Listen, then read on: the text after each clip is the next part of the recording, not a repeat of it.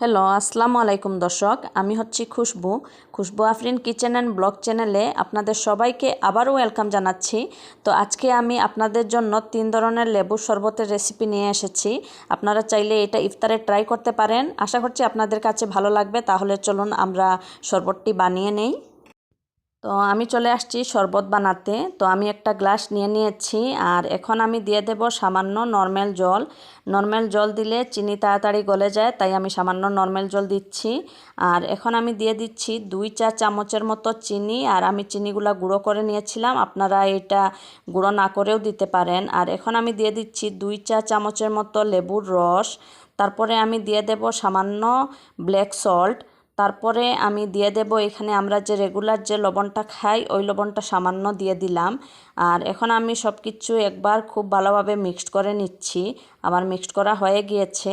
আর এখন আমি দিয়ে দেব এখানে কিছু পুদিনা পাতা, আমি আগে থেকেই ছেঁচে নিয়েছিলাম। তো এখন এই পুদিনা পাতাটা দিয়ে দিলাম।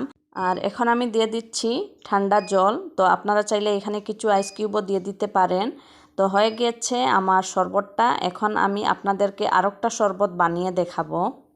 তো এখন আমি আপনাদেরকে আরেকটা শরবত বানিয়ে দেখাবো। তো প্রথমে আমি এইখানে নিয়ে নেব সামান্য নরমাল জল। তারপরে আমি এইখানে দিয়ে দেব 2 চা চামচের মতো চিনি। তো চিনিটা আপনারা চাইলে একটু কম বেশিও করে নিতে পারেন। আমি 2 চা চামচের মতো দিচ্ছি। তারপরে আমি দিয়ে দেব লবণ, আমরা যে রেগুলার যে লবণটা খাই ওই লবণটা। তারপরে আমি দিয়ে দিচ্ছি এইখানে ব্ল্যাক সল্ট। তারপরে আমি এইখানে দিয়ে দেব ভাজা জিরার গুঁড়া এখানে আমি দিয়ে দিচ্ছি। তারপরে আমি দিয়ে দেব এইখানে 2 চা চামচের মতো লেবুর রস। তারপরে আমি দিয়ে দেব আমরা যে পুদিনা পাতা ছেঁচে রেখেছিলাম এই পুদিনা পাতাটা। সব কিছু খুব ভালোভাবে একবার মিক্সড করে নিলাম। আর এখন আমি দিয়ে দিচ্ছি জল। তো জল দিয়ে আমি আরও একবার খুব ভালোভাবে মিক্সড করে নেব। হয়ে গিয়েছে আমার আরেকটা শরবত। এই শরবতটা আমার কাছে খুবই ভালো লাগে, আপনারাও চাইলে এটা ট্রাই করতে পারেন। এখন আমি আপনাদেরকে আরেকটা শরবত বানিয়ে দেখাবো। তো আমি আরেকটা গ্লাস নিয়ে নিয়েছি। আর এখন আমি দিয়ে দিচ্ছি সামান্য নরমাল জল। আর এখন আমি দিয়ে দেব 2 চা চামচের মতো চিনি। তারপরে আমি দিয়ে দিচ্ছি সামান্য আমরা যে রেগুলার যে লবণটা খাই ওই লবণটা। এখন আমি দিয়ে দিলাম ব্ল্যাক সল্ট। তারপরে আমি দিয়ে দিচ্ছি এইখানে চাট মশলা। তারপরে আমি এখানে দিয়ে দেব সামান্য মিষ্টি জিরার গুঁড়া। তারপরে আমি এখানে দিয়ে দিচ্ছি 2 চা চামচের মতো লেবুর রস। আমি দিয়ে দেব এখানে সামান্য পুদিনা পাতা।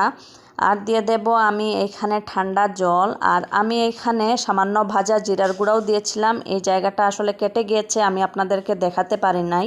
হয়ে গিয়েছে আমার সব শরবত। এখন আমি পরিবেশন করে আপনাদেরকে দেখাবো। হয়ে গিয়েছে আমার 3 ধরনের লেবুর শরবত। তো আপনাদের কাছে যেটা পছন্দ হয় সেটাই আপনারা বানিয়ে খাবেন।